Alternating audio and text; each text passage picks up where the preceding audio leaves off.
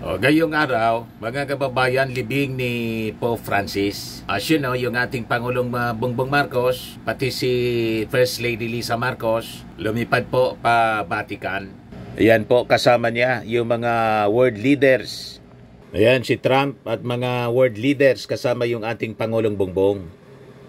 Sabi dito sa report ng ABS-CBN, dagsa ang mga mananampalatayang nagtungo sa St. Peter's Square para dumalo sa funeral mass ni Pope Francis ngayong Sabado.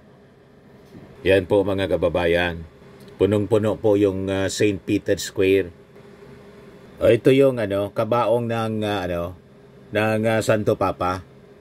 Patungo sa altar sa labas ng St. Peter's Basilica kung saan gagawin ang pagdiriwang ng banal na misa. Courtesy ng AWTN. So yan po ang patunay na si First Lady Lisa Marcos hindi man po nakakulong sa Amerika. Tulad ng pinapakalat na fake news noon pa na pinaniwalaan, si Marley kayo nagpakalat po, tapos mga DDS, naniwala sila. Pag sinabi ng mga DDS vloggers, paniwalang-paniwala yung mga kampo nila. Diba niya, Mr. Maravillas? Dumalo na nga doon sa lamay ni Superstar Nora Honor. O nga po, pero ayaw pa rin paniwalaan po na yung First Lady hindi man nakulong. Tumahimik na lang po sila pero may naniniwala pa rin.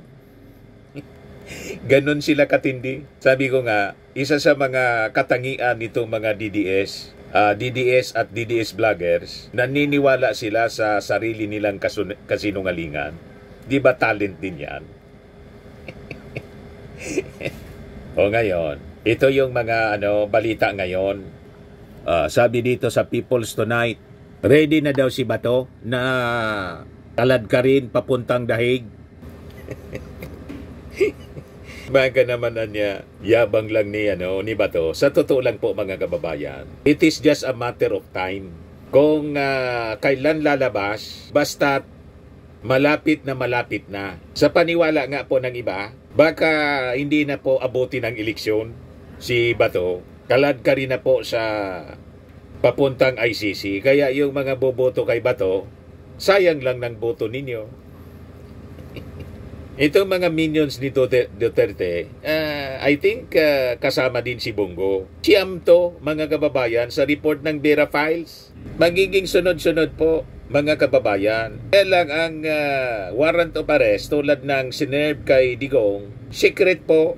Kaya yung mga boboto po dito sa mga napangalanan ng Vera Files na may asunto sa ICC, halimbawa pa, kasi pumapasok sila sa Magic 12. Sa mga surveys, sayang po ng boto nitong mga sumusuporta pa. Kasi, lalo na po itong si Bato, makukulong man lang po at nararamdaman na po ng senador. Yan mismo ang sabi niya rito, Senator Bato sa posibleng ICC arrest warrant, I am ready to go anytime. Baka to go into hiding. Diba? Sabi niya, una, naisip niya magtago sa Senado. Hindi man siya pwedeng magtago na ngabang panahon, bibigyan siya ng proteksyon ng Senado ni Senate President Chis Escudero, di ba? So ngayon, iniisip ni Bato sa mga previous pronouncement sa interview ng media na baka magtago. Mag-alabantag po. O ngayon, iba na naman po yung sinasabi. Ang sabi niya dito, kaya ako, I'm ready to go anytime. Ang buhay ko nakataya na, nakakasana. Anytime pwede akong mamalasin dahil sa aking advokasya na ito. Pero never si Bato aatras sa laban na ito. I tell you saad ni Senator Bato de la Rosa. Lagi man po baliktad yung sinasabi ninyo sa ginagawa. Manang-mana kay Digong, tapos kay Pacquiao. Sabi pa dito sa report ng People's Tonight, inakusahan din ni De La Rosa ang Communist Party of the Philippines, National People's Army, National Democratic Front at sinabing sila umano ang may pakana sa nangyaring pagkakaaresto kay dating Pangulong Duterte. Buti naman naiba yung statement ninyo ngayon. At least nire-recognize ninyo na ang tumulong talaga po sa mga mga biktima, yung mga Makabayan Black, saka si Trillanes. Hindi man po, malabo yung mga akusasyon nila na may kinalaman yung ating Pangulong Bongbong Marcos. Ngayon, mula mismo sa bibig ni Senator Bato, may pakana daw yung CPP-NDF, NPA-NDF sa pagkakaaresto. Yun naman pala. Bakit dinadamay ninyo yung ating Pangulong Bongbong Marcos? Yung kaso po, mga Makabayan Black yung tumulong sa pamilya ng mga biktima. At 2017 pa ito.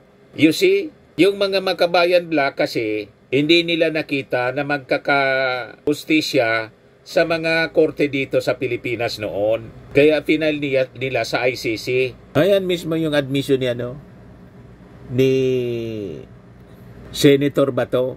Akala kasi ng mga kalaban ni Pangulong Duterte na sila ay nakikinabang rito. Akala nila sila ang nakinabang pero hindi nila alam.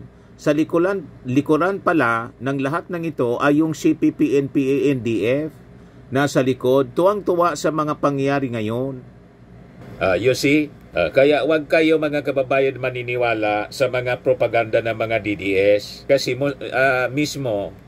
mismong sa bibig na ni Senator Bato, ang tinuturo niya yung mga makakaliwa.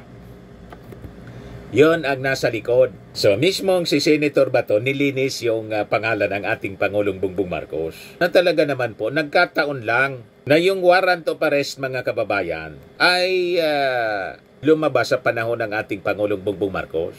Wala man ditong kinalaman yung ating Pangulo, kundi kung ano ang nasasaad sa batas. We are obligated by the Interpol to cooperate. Itong mga kasong ito, walang kinalaman yung ating Pangulong Bongbong. Ang kasong ito, nag-ugat doon sa ginawa ng previous administration.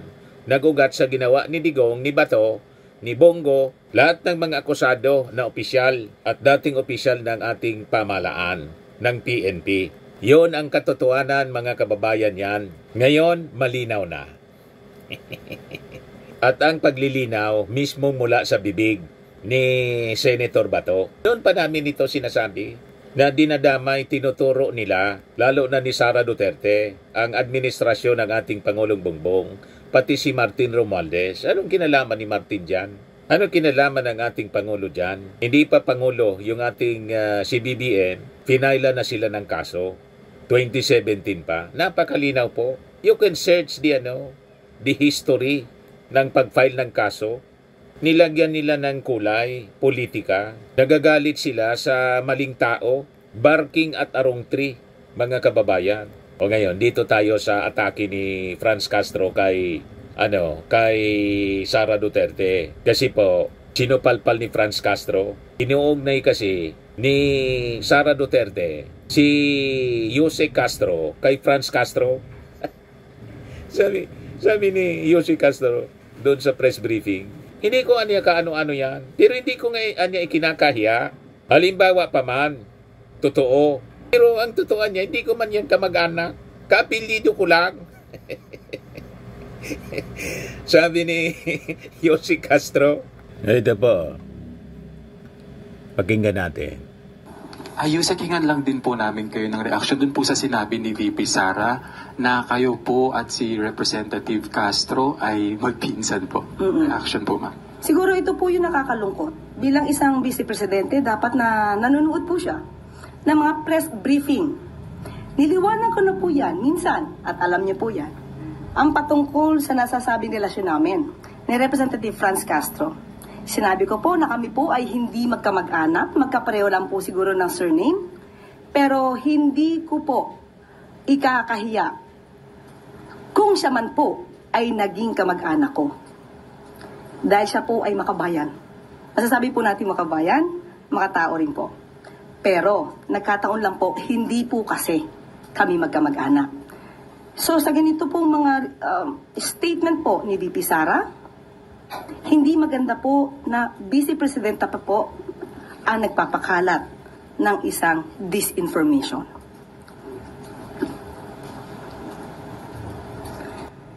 Okay. Fake news si Sara Duterte. Diretsahan pong sinabi niya na fake news ni Yussi Castro.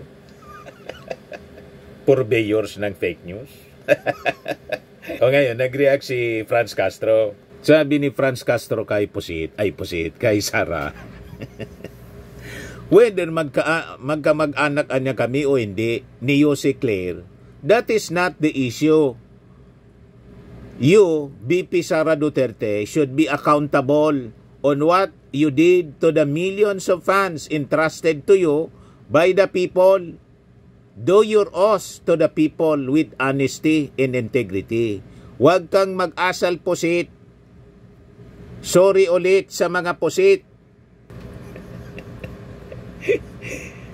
Sino palpal ng tulo mga kababayan ni Franz Castro si Sara Duterte? At itong ating programa mga kababayan, atid sa inyo nitong ating mga sponsors. Firmax Framing and Lifting Cream. Pinapahid po sa mga pulses in affected area. Mainam po ito sa mga pains at paninigas ng mga kaso-kasuan. Ito sa mukha naman yung application, anti-aging, Automax po siya. Ito ay Glow 60 mga kababayan. Whitening po siya. Made in South Korea. Ito naman po, Ningxia Red Mix Fruit Drink. Gawa po siya sa goji berry. May anti-cancer properties po siya. At sa mga nagana po ng malinis and spacious fitness gym, pumunta lang po kayo sa aming Colossal Fitness Gym. May Grab Car Rental din po kami. At bills payment po sa aming office. At saka sa mga mahilig po sa mga imported bags, manood po kayo sa live selling ni Madam Aileen Rosales sa kanyang Aileen Closet po. Pati mga shoes, ito yung kanya po. Ito yung kanyang page. Kita ninyo, napakagandang mga online selling po siya. Si Madam Aileen Rosales. At cellphone number niya po, 773-798-7816.